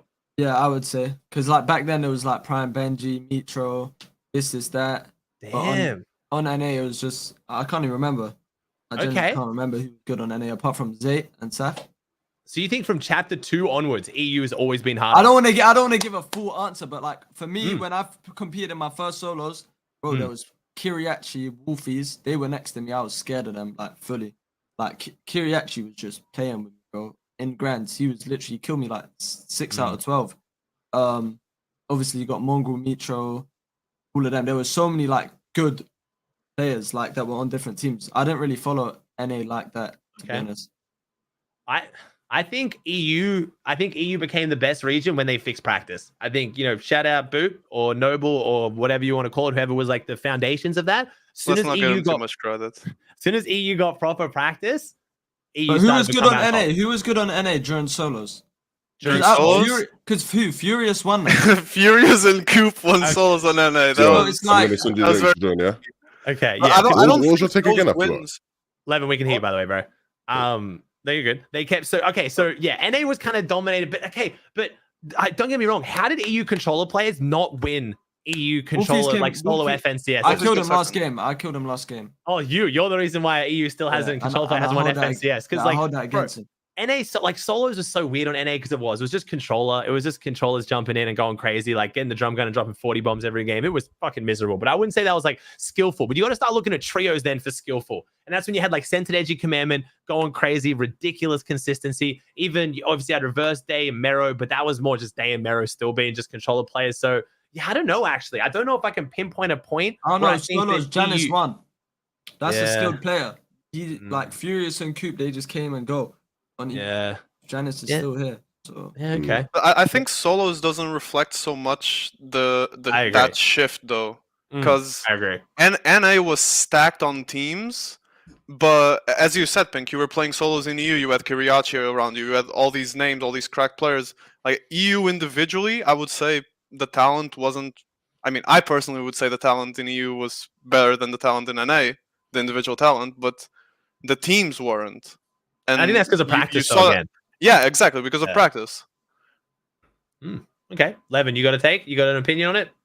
Honestly, I was too busy trying to get people in. I didn't. No, I missed where the conversation went here. Just go on Nation and move on.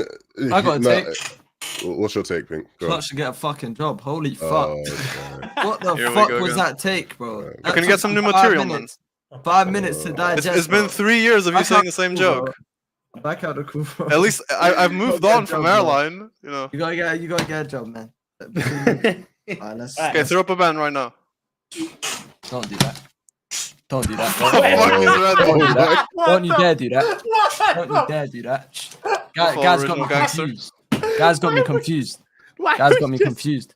I'm the original gangster. You could just leave the call now, bro. After that one.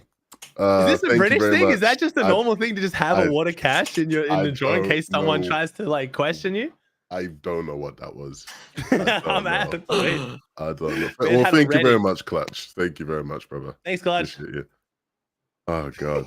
I mean, Jesus. All right. Okay.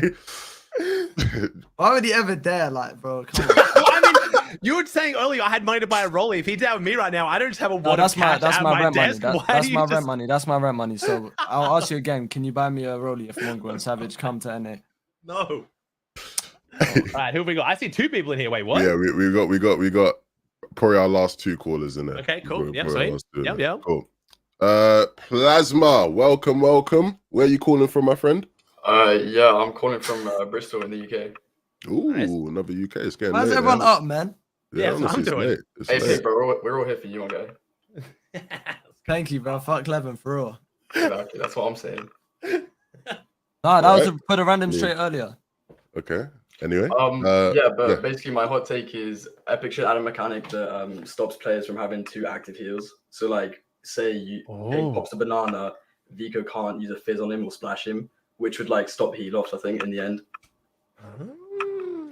So what you're saying, you're not looking forward to a grand finals filled with people playing Storm and heal off and this and that, the other, you know, infinitely. I think like before when it went down to like the final 2v2 in like a tiny zone, that was like way more hype than just seeing 6 kids sat in zone playing like pussies, popping medkits. Yeah, that's the cold. Yeah, everyone, like, dude, I don't know a single person who wants heal off at the moment, but I think the 2 active med thing, I don't know how much impact that would have, if I'm being honest. The banana, and then like, yeah, I don't know if that would affect it too much, if I'm being honest. I think maybe like, I think in general, there needs to be like some consideration for like, you know, having too many heals and like the impact that has on like the ability to heal off. I think making it so that you couldn't like stack them, right? So you can't like pop your banana, then like get the effects of your banana while you're medkitting. Like, yeah, I don't, yeah. In the context of what Ozzy's saying, would it like stop there being like heal offs like crazy? Probably not. Would that help maybe even with just like people playing Storm like crazy? Probably still not either. No, it's a terrible idea. Why do you think it's a terrible idea? Because imagine you get beamed for 150 and like, you know, I'm more so thinking about like half zone first moving, like, and especially in a no mobility meta, you're due to get beamed. So you shouldn't get punished. Maybe in a mobility meta where it's skillful to not get hit, like, yeah, agreed. But in a no mobility meta, you're due to get hit, so you shouldn't get punished for that. But I do like but the thing is, people hate the whole heal off thing. You know, to make it to a heal off and have the heals you have, that's the most skillful thing. So if you win a heal off, you deserve it. And I know it's boring. Okay, but this is the thing though. I agree with what you're saying, Pink, but then the problem is, and I know, Ozzy, we literally saw this on your viewing party just now before we started, whereas you said the most impressive thing is getting to that point of the heal off, right? But the problem is that you can get to that point, which is the most impressive thing, and then come 6th place because you just got out healed. And like, that's a skill in itself. I don't think that ever happens in Grands as well. Like in Grands, in Grands it's not that bad. It's literally, even we saw it in upper bracket, bro. Most of the games are finishing on last zone. Like it never really went to heal off.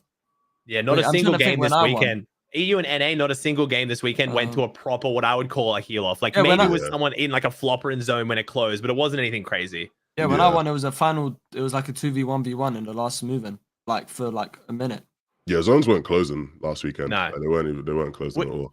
Which scares me because this is like the one tournament Epic really pays a lot of attention to, and they're not seeing the heal off like we are in basically every other tournament. So I feel like they're not thinking as much of an issue as what it is, because it's just, again, I think everyone agrees. I don't think it'll be an issue, but no, it won't be an issue for this, but it's an issue for everything else. It's not an issue for Grands or semis, any massive lobby, but I just want to go on for everything else. But I think on your point though, Plasma, I think that if we want to get rid of heal off though, what you got to think is a few things. You got to make sure it doesn't affect the game on a casual level whatsoever. Otherwise, Epic won't do it. And it can't affect, again, like Pink just said, where like other situations where if you get cracked, and now you can't heal. I think the easiest solution in the world is either where you were going with potentially like a cap on how many meds you can carry.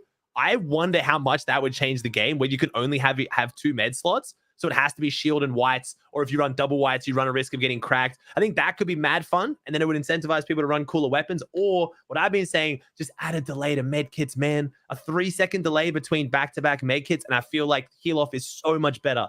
And then, like Pink said, with the skill, if you were carrying floppers and med kits, so you got a med kit flop, and like rotate it. Like there's some more skill to that. And then it doesn't affect casuals, but they got to do something to heal off, man. I can't do it. I'm getting so over it. Nah, I'm with you on that. I think but I don't think that change would fix it, unfortunately. Yeah, I don't think that change fixes it, but yeah, I do think we need to do something about heal offs. I think it also just doesn't help, right, with the eval format. No, and solo victory cups. Yeah. Everything is victory format. So it's just we're just conditioning the players. Reese Hub made a fantastic video on this. I'm sure if you guys haven't watched it, go watch Reese Hub's video. It's amazing. But I will say, sorry to cut you off, Levin. What is your take and Pink's take on the one thing that everyone always mentions, the DJ Classic for me? Zone never ends. It just infinitely keeps moving. So you can never just stop and play heal off. As long as you're in the zone and moving, you will still out heal anyone who stops and stays in zone. Do you think that'd be good or bad? It would be bad for opens. No? Yeah, could be annoying. Because you won't be able to play like 7 end games. Yeah, well, it depends. You wouldn't be able to play 5. Yeah. They'll drag out to like... This isn't the answer you want to hear, but I used to always agree with this. But I just remember somebody like broke down to me really well why it wouldn't work. I can't remember what they said. Like, it's really pissing me off because I remember like somebody genuinely, it might have even been someone from Epic, low-key, but somebody broke down to me why it wouldn't work. And I was like, okay, actually, yeah, that makes sense. But doesn't work. Yeah, I'm gonna try figure it out what they said again. It would be annoying in dropping back and game stalling out, like Pink just said. Like, imagine it goes down a hill and you drop down the hill and you're staying in zone. You don't have an angle on them, and they're sitting there with 6 med kits, and they're not gonna win, but it just drags the game out. So the queues are longer and stuff. It would get real messy real quick. But I see people proposing that as like a solution a lot, and I want to hear your guys' take on it. Yeah, okay. So I don't think this is what they said, but first thing I think is a potential for like the servers would just die, like because you just have too many. Like you have people who just troll, you know. Like it'd be if like the game could just never end because like people just stay alive because the zone never closes. True, that could be bad. So that could be bad too. Could be like a limit on it, but yeah, okay, fair. But no, I do think like again, and this goes back to again. I feel like I'm repeating myself all the time. I just want to see us try things. I'd love for us to just have a tournament where we try that, right, and see what happens. It's almost like we have like a weekly tournament to, I don't know, evaluate things. Maybe that should be used to change things and evaluate something other than just running the same thing every time. And we change like the best 4 counts. Who the fuck came up with that? The best 4 games with placement only. So just, oh my God. Sorry, but like the evaluation cups need to be like, I like the fact that whatever they've been evaluating, the servers are running well. That's great, but we should be 100% using those to actually make some spicy formats. And the 2 grand prize pool is sick. It sucks for every other region though, because only EU gets it. But yeah, and Mix Up Monday. There's options to run this shit, and they just don't use it. Yeah, for sure. Plasma, I think you said you had like another take that I approved earlier, but I forgot to drag you in. So did you want to drop that real quick, or? Yeah, so Aussie, especially because you're quite analytical about this stuff. Do you reckon some teams around Peter will try and pull the Fridoxy strat on him, and that will like affect him quite heavily in the 12 games, especially on day 2? And on day 2, could they possibly get conned by teams that are having a shit game or a shit day 1? I think they'll get straight dropped on before they have teams try and like kind of do a Fridoxy and like land around them with a proper strategy and push in. I think, like I said, Bakapars are locking down a lot of the loot to the south of them with their drop because they're uncon. I think Kanata Cooper might have the confidence and the aggression. And again, it's Kanata the smarts to actually rotate in and do something. But I think more likely it'll just be like shittier teams just land on Peterbot and Poyo day 2 to the point where it just becomes overwhelming and there's like 4 shit teams there and no one can get a good game out of it. That's what I think will cause the biggest issue for Peterbot and Poyo. I don't think it'll be like the Visuals and Braves, the Kanata Coopers, the Barker Pars that are landing around them pushing in. I think it'll be randos just landing on them is probably my take on that one. Yeah, I don't want to hit the retweet, but I'm gonna hit the retweet because I don't think there's gonna be anyone that targets them. It's like it's different because I know Malibuca and Merstach on EU are like a really good fighting team, maybe even the best, but like Peterbot and Poyo are like the best fighting team to the point where you'd almost just be foolish to like try that. Like for that to be your strategy. Maybe like you do it a couple games where there's an opportunity, maybe you get a beam from afar, so you push in, whatever. But like, so like for that to be your strat, the way like Fred and Trip were like making that their strat, I don't think that makes sense with Peter Bonpoyo. Yeah. Thank you very much, Plasma. Appreciate you. Plasma. Thank you. Thank you very much, guys. I just seen a chat in your message in your chat. Someone said, I like the idea of being able to edit builds of someone you kill. I've heard of that before. Have you heard of this that take would before, be good. Think it'd be cool? Oh, that's the first time I've seen it. I actually think really. I don't know if it would be good. Like, it just sounds good. Like, people have played around with that for a while. So again, people don't know exactly what Biochem Mender and Pink's talking about. It's literally so like someone's got a full box around them. You take a wall, pump them. You would then get the walls, the floor, like everything they've built. But that would be so weird in an endgame. You should have whole tunnels but again, let's fuck around. Let's try it. Mix up Monday eval cup. That sounds fun as shit. Like, which makes sense. Yeah, true. Actually, would they? I don't know. You tell me. Because I remember, so this isn't the same thing, but remember the Architect Cup? Yeah, where you can just edit everything. Edit everyone's builds. So I think that's just like a setting on or off though, rather than like having to like figure out what they built and then like transfer. Like it might not even be possible, honestly, from a software level, or it would be such a nightmare that it wouldn't work. I feel like, or glitch all the time. How does it work if their teammates alive? Like Yeah, true. The other one, one kind of on this, sorry, just while we're theory crafting ideas that I hear a lot, Siphon mats being given directly into your inventory. Yes or no? So you kill someone. This is skill. This is skill. A lot of people, like bad players, when they kill someone and they run over the body, a lot of nervous players in Grands, they always leave like brick or metal. Or they just don't even know when to go into zone for it or like get refreshed. They can actually get. In itself. Like when you watch top pros, they always, when they see a body, they run over it and they make sure they'll look at their, I think it's bottom left or whatever it is, and they'll see if they got the wood brick, and if they don't get the metal, they'll run back. So I think it's a skill. Fair. No, 100%. It just becomes too easy. The game would be too easy. I think height would be a joke as well. Just getting 150 into your inventory after every kill of height, like it's just you'd be on height forever. Shit would be free. Yeah, Raz just said get front, look back meta. If that was the case. True. It's one that always gets asked. Cammy and Seti would win FNCS. Every single one. They might do that anyway. All right, let's get potentially the last call of the day, and I think we'll probably do the last one. Yeah, I'm down. It's been fun. We'll run it back. All right, cool. Hello, what is your name and where you calling from? You're muted by the way, if you don't know. Oh, there we go. There you go. Hello. Hello. It wouldn't be a show about some technical difficulties. I mean, this is like Teams and shit. You load in and it's like taking the wrong camera. I'm just glad we haven't had someone come in and it's like their webcam mic or some shit. Where you get like full Wizard Jensen, where it's just fucking like blowing everyone's eardrums out. I'm waiting for that one time. I'm surprised you guys don't have more trolls. I'm not trying to like ruin. No. God damn it. Why are you giving people ideas, bro? Let's not do that. I mean, I checked all that with the TOS and stuff. No one can like get us banned or anything, so we're fine. It's just more just kind of gonna be weird. Yeah, we're good. That person's just not joining back. I don't know what's going on. Pink scared him. Yeah, that kind of messed me up. That was supposed to be our last one, and now they've just disappeared. We can call it there if you want. I'm not. Yeah, we can. It's been a fun time. 1.5 hours. It's fun as fuck. We got Pink banned for banning someone, which I did not expect. It was fucking good, bro. It was fun. That's going on the TikTok. Oh hell yeah, for sure. Cheers. Well, no, it was good. It was interesting. I think a lot of people clearly have like their idea about how Grant is going. I think I think this season, as much as I was worried going into this finals because of how the season's gone, it's an interesting Grant. So I think a lot of people have a clear expectation of how it should go, but a part of me feels like it's not going to be so clear cut, which will be fun.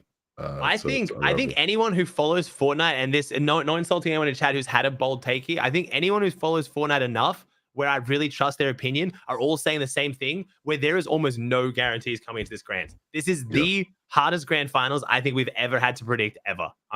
That's my bold take to finish things off. Like just who's going to do well, try and pick like the top 10 is going to look absolutely nothing like I think anyone's going to pick it. If you can pick this top 10 even slightly close, I will just be blown away. Like if people are saying only on EU, NA, like I'm still after that semifinals performance, and I'm not even that confident Peterbot and Poyo are going to win NA anymore. So like I don't even know with the NA anymore. But outside of Peterbot and Poyo, that's one team. Try and pick the rest of the top 10, and I guarantee you can't fucking do it. This is the hardest one like ever.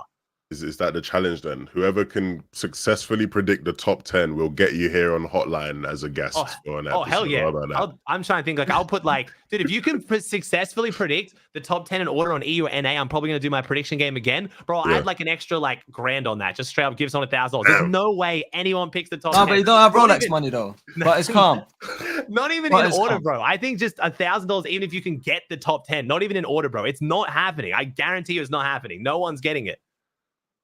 Nah, I'm with that. So you're putting 1K up? Because I do the prediction game every season, though. So what I'll do is I'll just make 100 Twitter accounts and just randomly, like, one of them will be right. If I just make 100. Why are you fucking up everything we do? Why are you getting like? Why are you trying to? I'm a hustler, man. $1,000. That's free. But even then, with like 100 or with 50 teams in lobby, like the mathematical probability that you just predict the right ones, like the amount of accounts you have to make. $1,000 for a grand. All right, well, let's wrap this up. Let's wrap it up. Let's wrap it up, man. Thank you very much, Pink, for joining us. Where can the people find you? What are you going to be getting up to over the next week or so? Pink EU on Twitch. Yeah, I mean, yeah. That's it. Nothing more. Too easy. Happy wrap up there. Okay. Thanks for being on, bro. Appreciate it. Thank you so much. Good luck in grants. What are you going to be up to, Ozzy, over the next sort of I'm taking it off, bro. I'm going away for 3 days, try and chill, man. I was starting to get a little bit sick. I'm going to take the holiday I was supposed to take a few weeks ago with my girls, go chill, and then come back the day before Grands. I'll do like probably my own stream the day before Grands, given like my top 10, which I think will be completely wrong, and then jumping in with Grands. Hopefully it's a fucking shit show like I think it will be. So it'll be fun to watch. How's the mousepad stuff been going? Good, bro. Yeah, it's going sick, man. Yeah, it's been fun as. I'm gonna I might start sending some pros. I might get like head Pink's way, but I mean all the pros are dick sucking like 4D and stuff though, bro. So, I'm making some pretty pads just for people to buy, man. I'm not trying to like be like it's gonna make you tens. Like I can't be fucked. You know what I mean? So it's going well. Thanks for asking, bro. Go check that out, guys. If you ain't can people like get them now, or is it like pre-order? Yeah, it's arcalid.com. It's in my chat. There's a bunch of cool ass designs. We're gonna be more in the future. I'm gonna be reaching out to some creators and doing like collab ones with them and shit as well. So it should be fun as, but yeah, they're nice. It's going really well. People are loving it. They're finally arriving, and it's just cool. It's something I'm doing with my brother because he hates his job, and I want to get him out of it. So shout out to Ozzy's brother. I forgot to say this near the start. I was supposed to say this. For the people listening, this is now available on Spotify and Apple Podcasts. So if you like to listen to podcasts on your way to work, while you're in the gym, while you're cranking in creative, you can listen to this there. If you've missed any of it, you can watch it back on YouTube, the Lever Network at 112K TV on YouTube. You can, watch the video version where you can see all of our facial expressions and whatnot. It's been really fun. A lot of people have been enjoying it. We're gonna work on making this show a bit smoother because we'll get someone lined up the next time. We'll get like 11 stays in. It is smooth, but I think having 11 stay in the conversation, not having to be like ear to the chat and jumping in and out, it'll be good. It'll be good. Yeah. So we're still improving the show as we go along. So thank you all for hanging out with us and being very patient. We appreciate it. And we'll see you guys next week after grand finals. We'll figure out a day. Pink will be called to land. My man's gonna be fucking banning everyone. It's gonna be sick. Yeah, when you call, after this grands, you better buy all of us Rolexes, bro. No, safe. Do I click leave studio? All right, thank you very much, guys. Have a lovely